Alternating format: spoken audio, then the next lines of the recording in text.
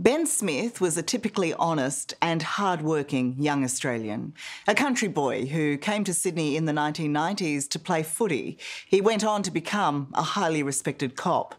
Life was good. But then, 6 years ago, out of nowhere, he was accused of horrific, historical sex crimes. Ben Smith knew he was innocent, but that wasn't enough to convince investigators. He was presumed evil. There was one person who believed him, though, and thank goodness she did. Ben's wife, Amy, saved her husband from prison by proving what police and prosecutors ignored. Her man was not a monster. Ben Smith first came to Sydney in 1995 as a 16-year-old. A kid from the country, talent scouted to the city with all the hopes and expectations of making it as a rising rugby league star. Never did he imagine, decades on, his reputation, career and financial future would be destroyed by false allegations arising from those halcyon teenage years. I didn't do anything wrong, yet my life got turned upside down. I don't think it's anything that we'll get over anytime soon, nor do I think that we'll ever get over it. There's just so many layers to the impact that it's had on our life. The allegations against Ben Smith were shocking.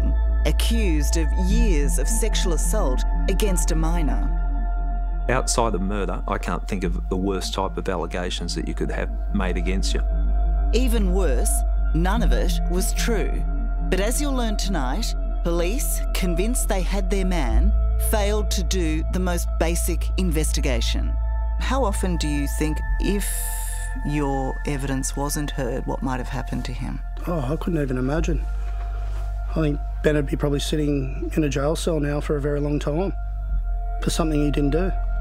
And how severe the injury was. But perhaps most outrageous, even with proof Ben had been falsely accused, no one would listen. So getting these records proved that you weren't in the house at the time. I wasn't there. Yeah. And you can't discredit medical records. It's, you know, that stays on file for life. After retiring injured from football, at 22, Ben Smith became a proud man of the law, a New South Wales police officer, and then a Crime Commission investigator. It was always something that was, drilled into you. That decision that you make to grab someone and tell them they're under arrest is that sits on you. You've got to make sure that that decision is the right decision. So you were trained to understand that that decision has huge consequences? Absolutely. Absolutely.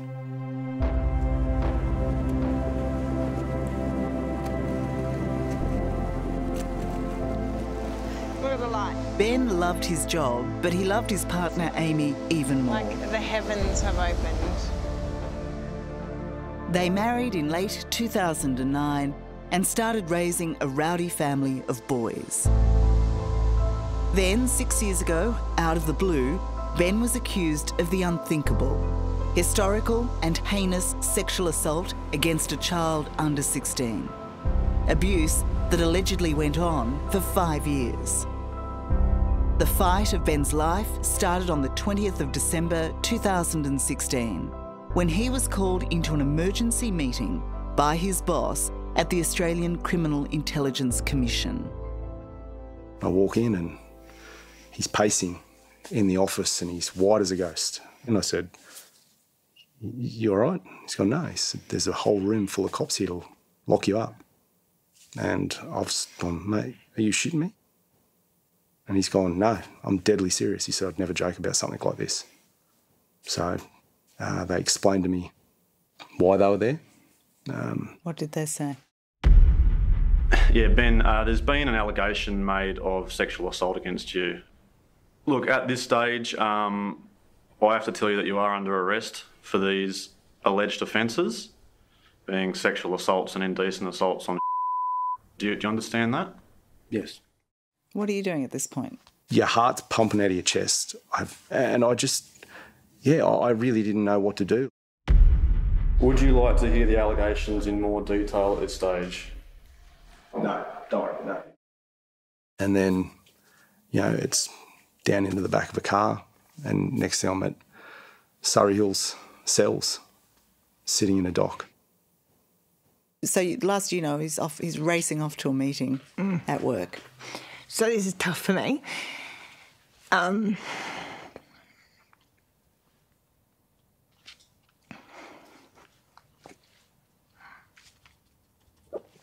It was a... sorry, give me one sec. Okay, of course. I thought they were phoning me to tell me he'd been in a serious car accident, if not killed. That was the immediate feeling that radiated over me. And they said that they had him in custody. That moment just is imprinted on me significantly.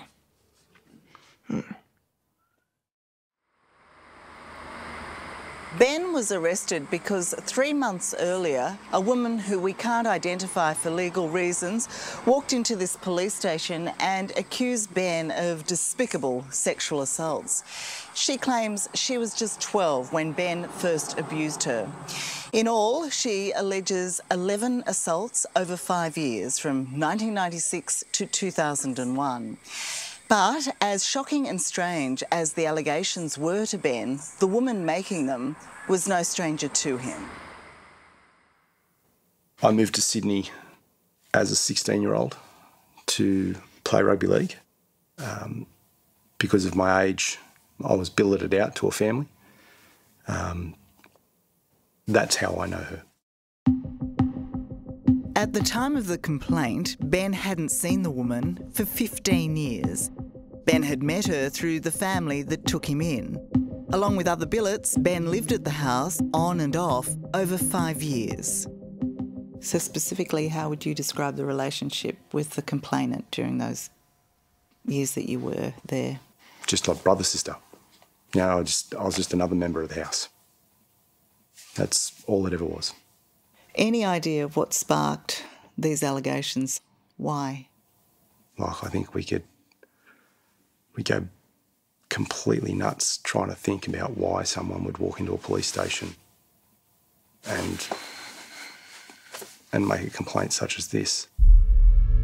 The woman accused Ben of acts of indecency and having non-consensual sexual intercourse with her when she was 14. He was also accused of grooming her, leading to further non-consensual sex once she turned 16. Did you do any grooming? No. Did you sexually abuse her? No. Did you have sex with her? No. Consensual or non-consensual? No. Nothing of a sexual nature happened? No suggestion of it happened? Absolutely not. No promise? No, God, no. Did anything happen between you and her that could have been misconstrued in some way? No. You're very clear about that? Yeah, very clear. Very, very clear. But the complainant was also very clear with her allegations, naming when and where the alleged abuse happened in the house. When you look back at the charges, they're very specific, aren't they? They're very detailed. Yeah. What was your reaction when you read those, read the detail of them? That was hard to look at. And why is it still hard to talk about? It's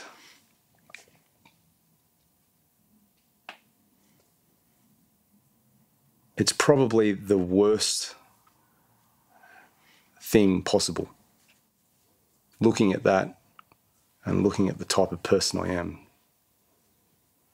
that's just, you know, it was hard to see that even on a piece of paper with my name at the top of it. Amy, was there ever a time that you doubted Ben?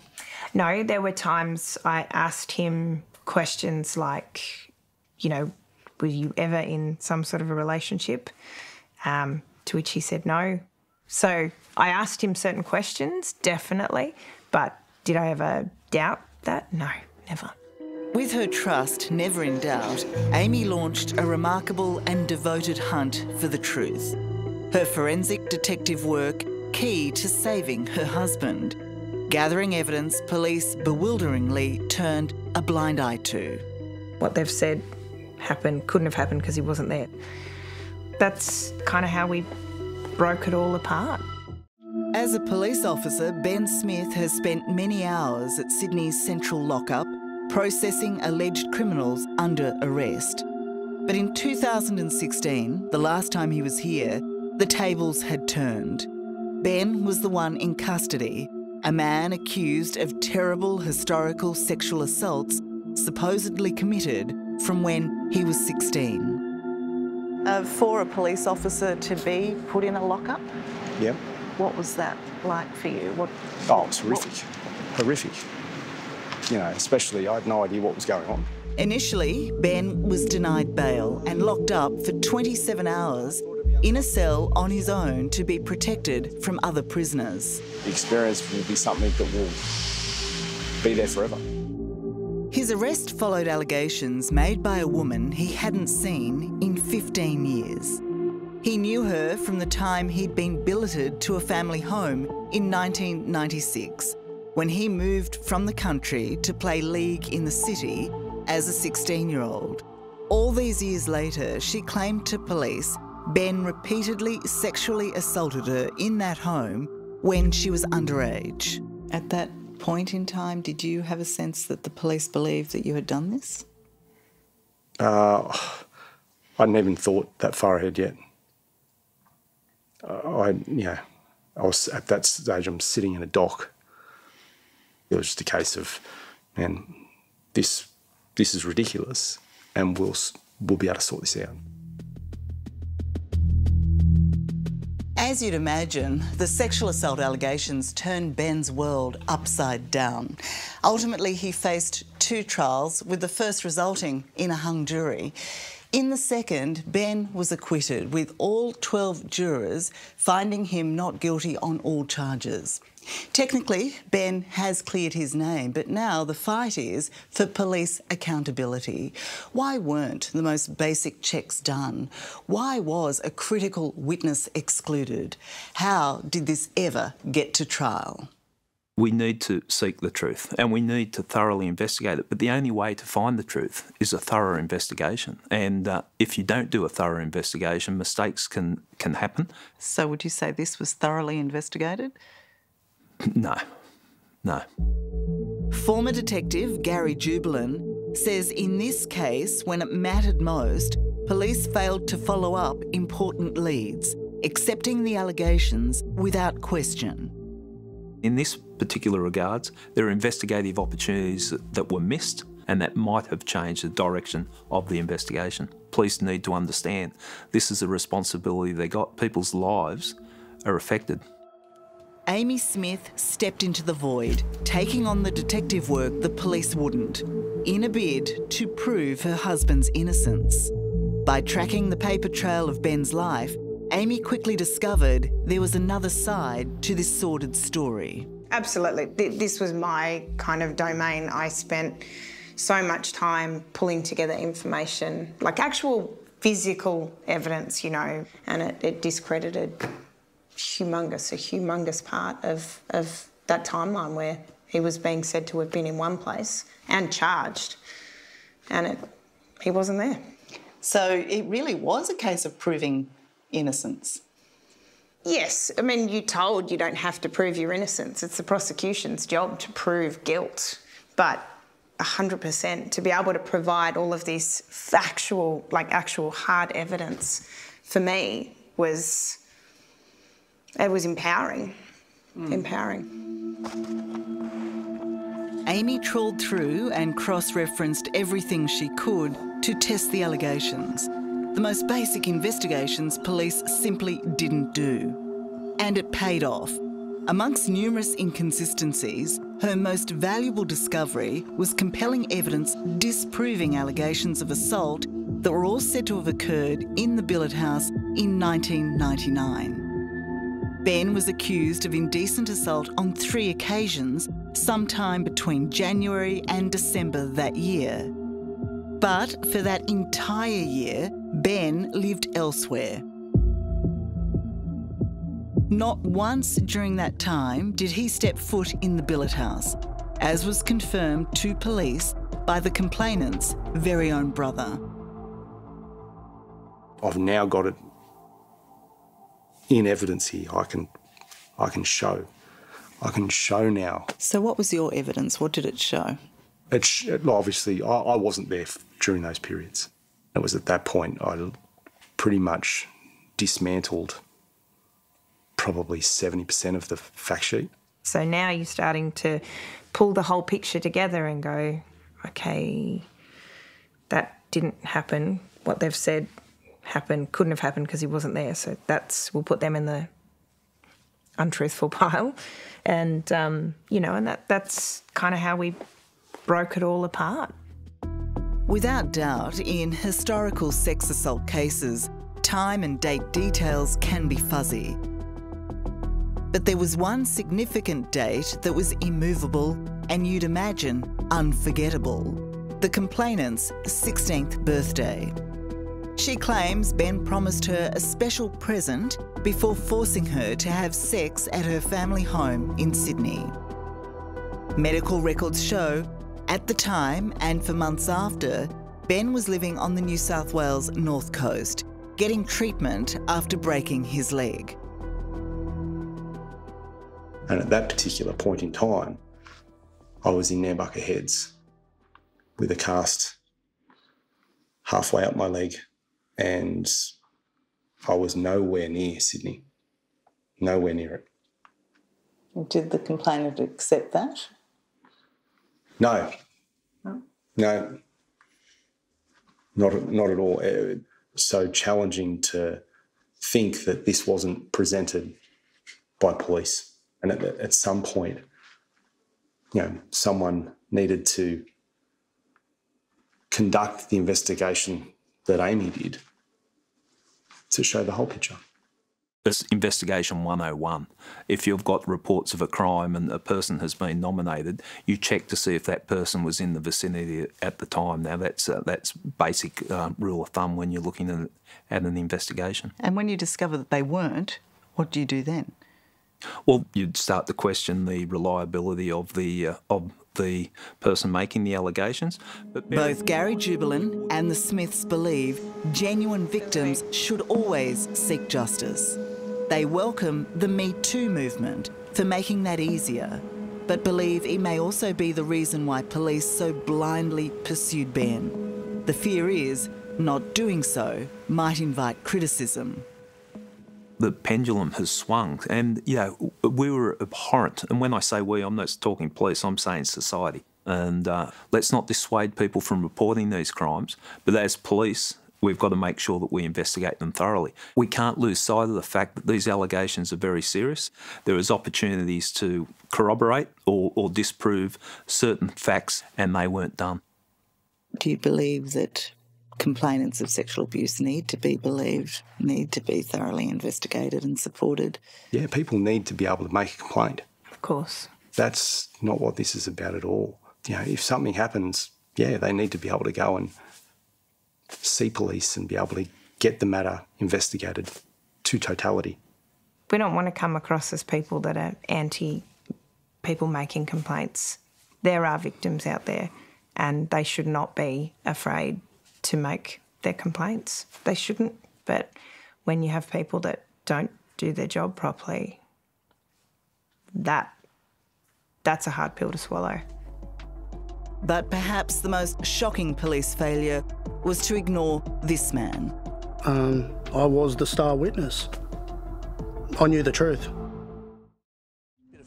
Aaron Taggart is proud to tell you he calls it as he sees it, that he's straight up and down, as forthright as you'll find. One of us walked out of that conversation honourably, and one of us didn't. So perhaps he was the perfect person to unwittingly play such a pivotal role in the alleged rape case brought against Ben Smith. When you first heard these allegations, what was your reaction? I was shocked. Ben never did anything immoral in front of me towards anybody. He was very down the line. Back in 2001, Aaron lived in the same billet house as Ben. Ben was just like part of the family. He was a big brother to them, nothing more. Did you see anything physical that might have been misunderstood? Never. Never at all. But despite Aaron's positive character reference of Ben, he was in fact meant to be the complainant's smoking gun. She told police Aaron saw Ben sexually assault her. He was her one and only eyewitness. Despite his importance to the case, it took the investigating detective, Alfio Lombardo, 7 months after Ben was arrested to interview Aaron. What did he say? He told me that Ben had digitally penetrated a young girl under a blanket and that I was a witness to it. And at no time did I witness that whatsoever. Did you tell the detective that? I told the detective that numerous times. And what did the detective say to you in response to you denying that anything inappropriate had happened? He asked me, was I prepared to give a statement at the time, to which I said, well, yes. He said that he would be in further contact with me once he'd gone back, typed everything up, and for me to sign the statement. When did you see him next? I never saw him again. Aaron Taggart is astonished that Detective Lombardo did not return to take his statement because what he had to say cleared Ben of any wrongdoing. Like, that wasn't someone that I pulled out of a hat. Like, that's someone provided by the accuser. And then,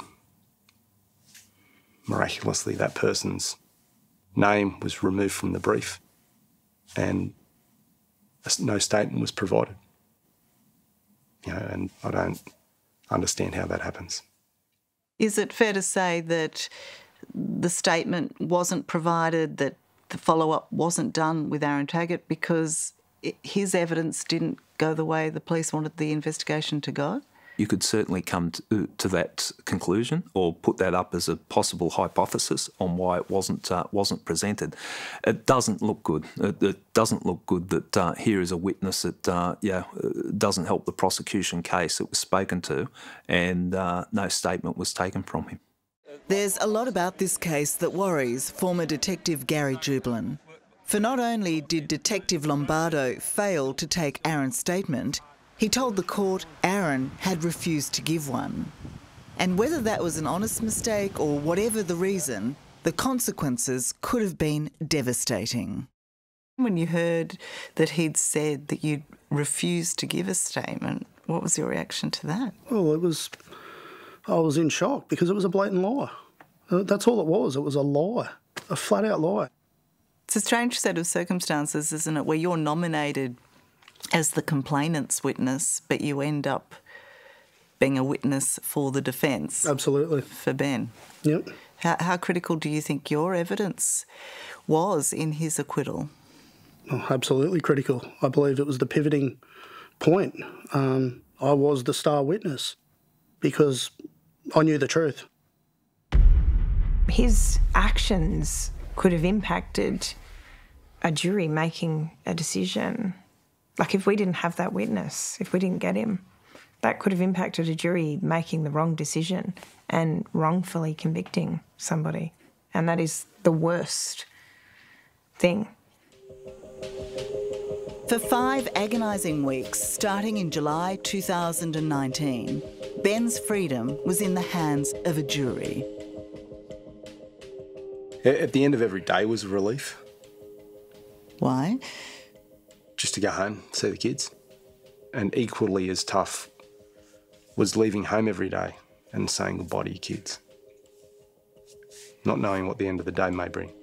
On August 2nd, 2019, Ben was unanimously judged to be not guilty of the allegations, but the incalculable damage had been done. Ultimately, you're acquitted, so do you come out here feeling like winners? It doesn't matter how hard you fight. You know, even though we won a battle here, you don't ever win the war. And that's the challenging part of it. The scars of that battle will just be forever there. And the fight was not over. Ben and Amy lodged a complaint against detectives Alfio Lombardo and Nicholas Campbell, claiming they failed to investigate the case ethically or thoroughly. That's a pretty serious claim to make, isn't it? Well, it is, but it's, you know, like, here I am sitting here. Like, I didn't do anything wrong. Yet my life got turned upside down. It should be police's job to provide all evidence, not just what they handpick. And for me, that's, you know, one of the most important parts of this is that there was evidence there to support me that wasn't provided by police. Their grievance was sent to the very police station that had led the investigation into the false sex assault case against Ben. In effect, the police were investigating themselves. Perhaps unsurprisingly, they found no wrongdoing. It doesn't give me a great deal of confidence. It concerns me because I think people come to the table with biases when they're investigating their own. As a former police officer, Ben says he wasn't expecting special treatment. Like everyone, he simply wanted to be treated fairly. Do your job. Do it properly. Do it professionally. Be thorough. And, you know, if that's the case, then provide all the evidence. It's not hard. And that was your expectation from within Absolutely. the force? Absolutely. You know, like, do the right thing and there's no issue.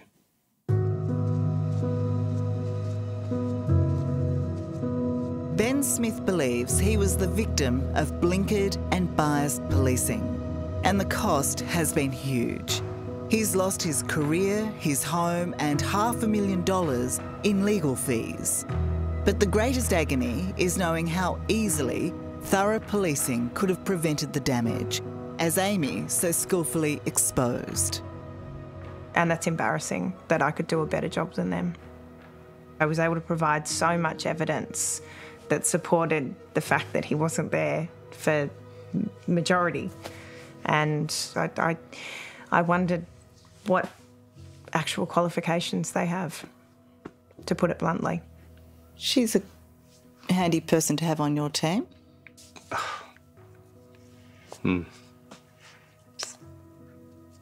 You're always going to do this one, don't you? Yeah.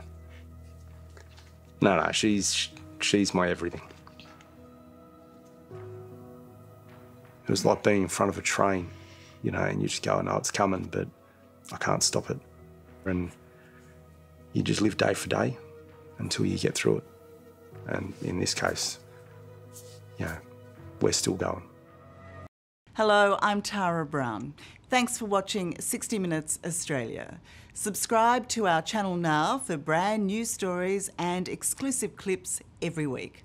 And don't miss out on our extra minutes, segments and full episodes of 60 Minutes on 9now.com.au and the 9Now app.